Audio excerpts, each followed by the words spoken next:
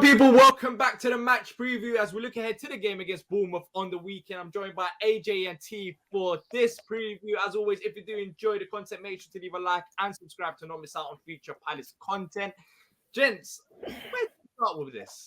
I mean, coming off a defeat against Tottenham, but the defeat against Tottenham, it's not the fact that we just lost against them. It was a negative performance. I don't know about you guys. Going into this game, we just didn't do as well as I expected, especially in attack, considering how poor their defense has been pretty much in recent times. And it's giving me a bit of a, not of a sour taste, but it's like, okay, we're facing Bournemouth. We can relax. Both teams are relaxed. What is there really to play for? Am I right in thinking that, T?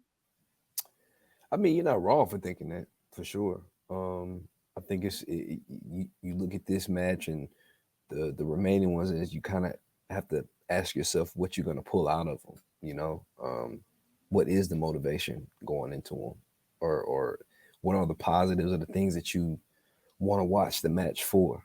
You know what I'm saying? I mean, both teams are safe. Shout out to Bournemouth for getting a big win and getting themselves to safety. You know, I mean, it's just one of those things for us. It's like now you're just trying to play for pace and places, and just, you know, you want to end the season with good performances more than anything else. Yeah, I guess that's it, AJ, ain't it? Like, you want to end the season with good performance, but the biggest thing in the lead up to this game was Real Madrid fans, you know, sending shots at Crystal Palace. I was so confused when I saw it. They were saying, you know, we could handle Haaland. We're not Crystal Palace. Defensively, we haven't been that bad, have we? Why are we getting strays? Like, what's up with Real Madrid? Like, what's happened there? I think they've got a bit carried away and they haven't done their research. What they don't understand is we can bring it to Man City on our day. Like, there have been historical games not too long ago where we have kind of embarrassed Man City, to be fair. So I don't understand what was going on there. I want to call Real Madrid? I mean, I don't know, man. Well, if Barcelona exists in 5 years, then yeah. But I don't know, man. Do I want to be calling Real Madrid fans outside? I mean, they're powerful. They got a powerful fan base, man. Real Madrid fans come outside. I don't know, man. They got, you know what I mean? That's a powerful fan base, mate. That's a powerful fan base, man. I don't know. Like, I might get jumped, like, walking down Stockwell Road or something, man. They got way too many fans out here. But I guess at least we got the recognition. With, you know, people in Real Madrid at least know who we are. You know, we might get a little cheeky Camavinga deal in a couple of years when we start breaking into Europe. You never know. But I don't know what you've been drinking tonight. I don't know what you've been drinking tonight. There's ambition. Always the red, baby. Always the red. Exactly. Always the red, baby. That makes sense. Why you're talking about Camavinga to Crystal Palace. If we get Alex Scott from Bristol, I'll be happy about that. Forget about Camavinga. That'll be a solid move for Palace. But we're saying Real Madrid, you won't call them out, but Bournemouth, is it a game that we should be looking to win? Because look, I want to give them the respect that's due as well, because Bournemouth are not an easy game to play against. Saying that in our reverse fixture, it was pretty comfortable, and it was the only win that Vieira had in 3 months, and then he disappeared and went into thin air. That was the last win. So against Bournemouth, are we expecting a response? Because that Spurs game wasn't good enough for me. I don't know what it was. It wasn't good enough for me. And in this game, I'm looking at to see whether we're on the beach or not.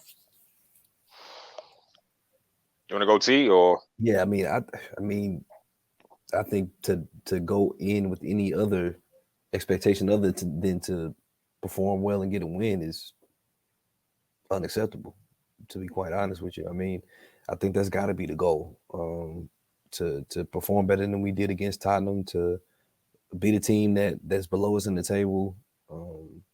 I think all of those things. Like, I feel like if we're not going in with the mentality to win, then it's unacceptable. Yeah, but you're gonna we're 100% going to have the mentality to win. Like, we're facing Bournemouth, but there's also the aspect of, look, to see how this game's going to go. I recorded a preview, opposition preview that should be out by the time you guys are watching this. So after this, make sure to watch that if you haven't already done so.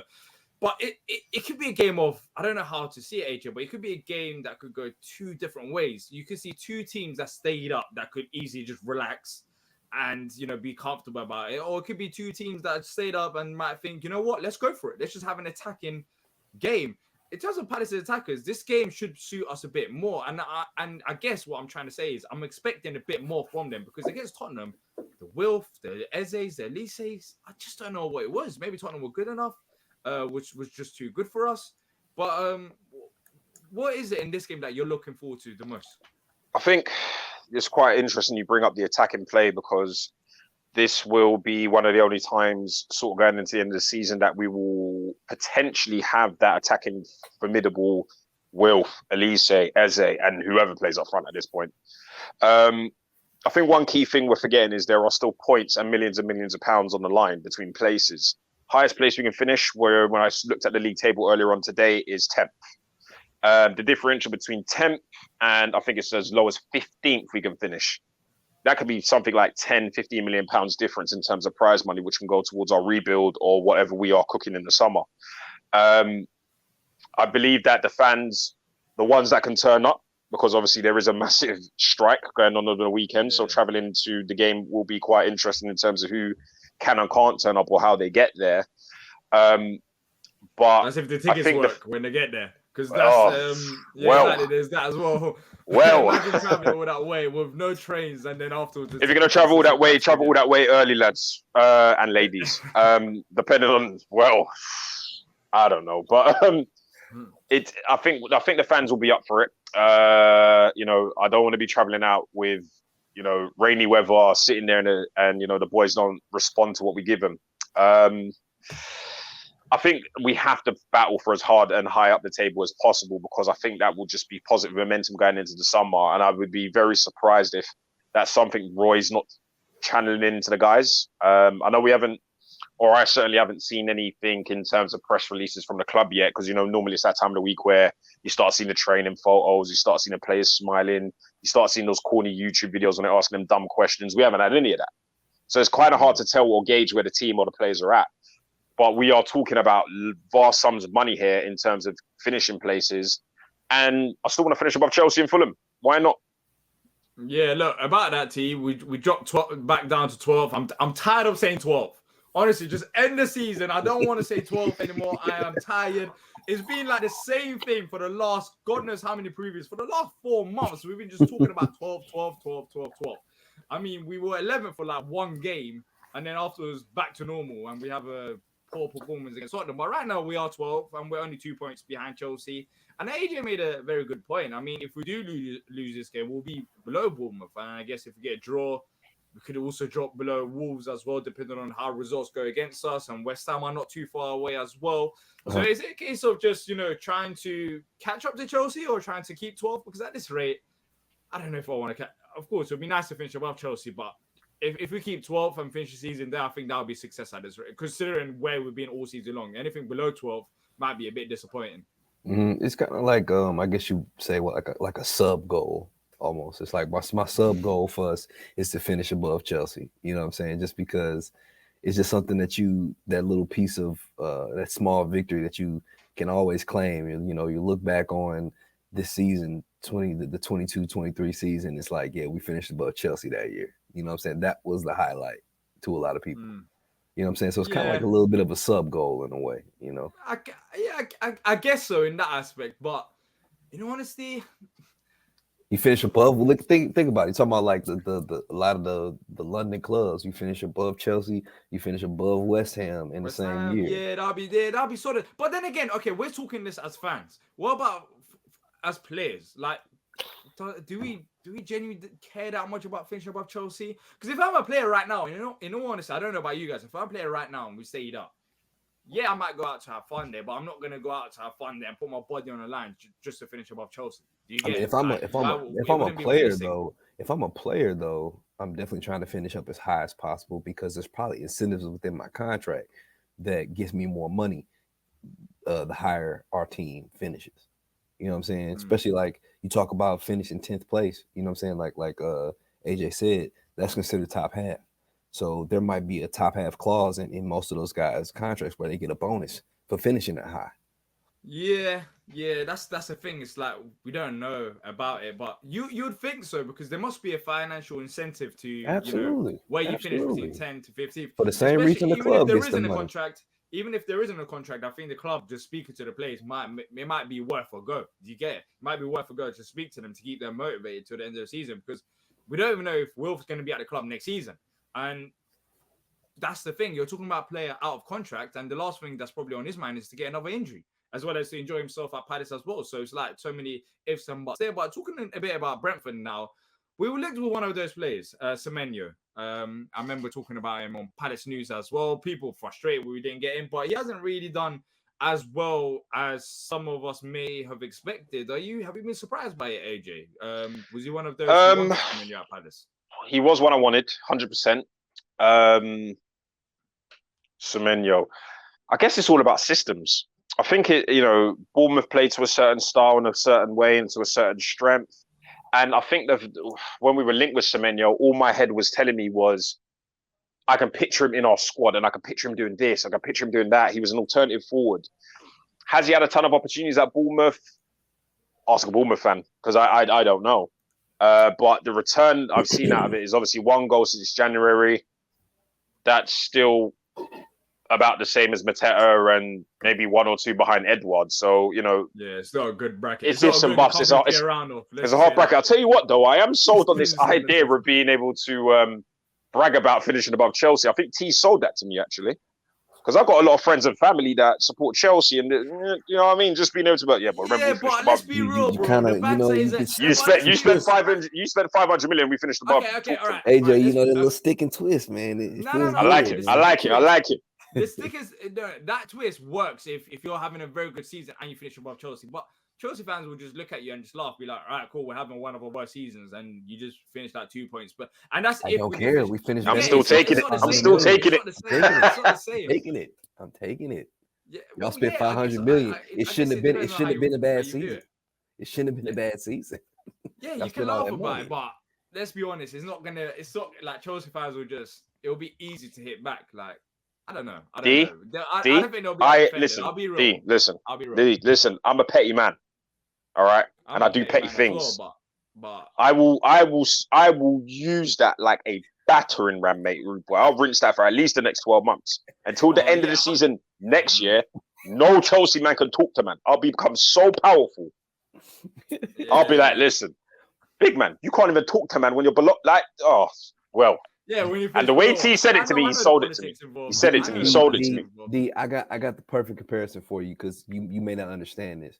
Like when you win an NBA championship, you're the champion until the next year. So nobody can. Yeah. Never mind, man. I'll let it go. You understand. I wouldn't understand it. We have a Lakers fan talking about. Okay, anyways, let me not. Yeah. Let's see what happens, innit? Let's see what happens. But you're gonna spark off World War III, yeah. Look, at this point, we might as well do Lakers preview because there's more to talk about Lakers than Palace. You right, because we're still in it. Because we're still playing basketball, and the Spurs are in Cancun right now. So we're in Cancun. We're getting ready for our star man. I'm talking about y'all getting ready for Summer League. Yeah, we are. You got me there. Yeah, we are. You got me there.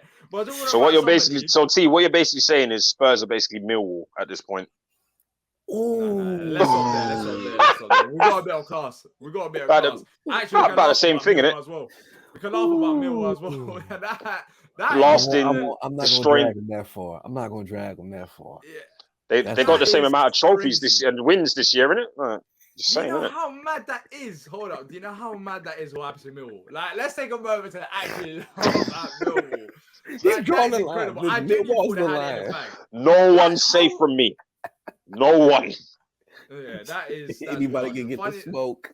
I genuinely don't know any Millwall fans, so I can't even take the piss out of anyone. But you can just laugh at the club as a whole because that's literally the best thing that could have happened. The hope that kills you, and killed them. Imagine if they were made to the Premier League. Imagine what the opposition preview would have been like for you with the Millwall fan. Oh, jeez. No, I'm not. Sitting there with an AK-47, mate, and just telling them I'm ready. With those little army helmets. I'm not ready for that. There are some Palace fans who did want Millwall to get promoted as they want to see gross. But for me, gross. Keep them all below us. Keep them all out of the way. Yeah, even Brighton. Like, I don't want Brighton. To be fair, that's another laughing point. Brighton, I mean, what the flip happened there? Losing 5-1 to Everton when they go for Europe. Like, what? That pissed me off, though. I'll be honest. That didn't give me a smile. That pissed me off more than anything because I want Everton to go down. Like, I'll tell you what, Chuck Charlton in there as well, man. Mid-table League One fodder. Their chairman talking about we'll see in the Premier League in 10 years. Come on, bro. Or even Brighton, Come on, bro. Stick to rock and roll, my Brighton, guy. Even Mill Calf, who posted it when we got promoted, like, see you next season, and it's been 10 years and they still haven't seen us. At the time they did see us, they got absolutely battered by Elise. And nobody likes you. You don't care. We don't care. We're still Premier League. Nobody likes exactly. I hate that, man. It's not easy. Anyway, it's not easy spending over a decade. Why are we talking about Millwall? We got bigger things to do. Let's talk about Bournemouth. Another player to look out for is Lerma. I actually spoke to a Bournemouth fan in the opposition preview, and he spoke about Lerma. Go check that out. But briefly, without giving many spoilers, he would be very surprised if he joined another Premier League side, because it seems like there's also interest from abroad. But he gave him praises. He said that he's been one of their better players this season, and that's also a player that we need to watch out for, regardless of whether he wants to join Palace or not. Because in the midfield area, apart from Decore, I thought it was a bit weak. I thought Schlupp had a slow game against Tottenham. I thought Eze wasn't as involved in midfield. I thought Decore was the main one that can hold his head up high and say that he had a decent game. I think we can't underrate that Bournemouth midfield as well. They've got a few decent players there. Yeah. I'll tell you what, I looked at his stats earlier on today, funny enough, as a result of doing a little bit more research on the matter. And I'll tell you what, he's got quite a few games, goals and assists under his belt, even this season. He actually had more than I realized. I was like, wow, he's got like 5 goals, doesn't he? He's got something like 5 goals and 3 or 4 assists. I was like, wow, you know what? Yeah. This is looking a little bit more opening. Bournemouth YouTube channel sounds similar to Back of the Nest, but Back of the Net, go check out them. Their channel is fantastic work they do. Bournemouth fans. I spoke to him and he basically said, he's been scoring goals. He's been very composed in midfield. He's a very solid player. And he expects him to go. He expects him to go abroad. But look, let's look at Bournemouth's most recent run of games and their most recent form. They beat Chelsea 3-1.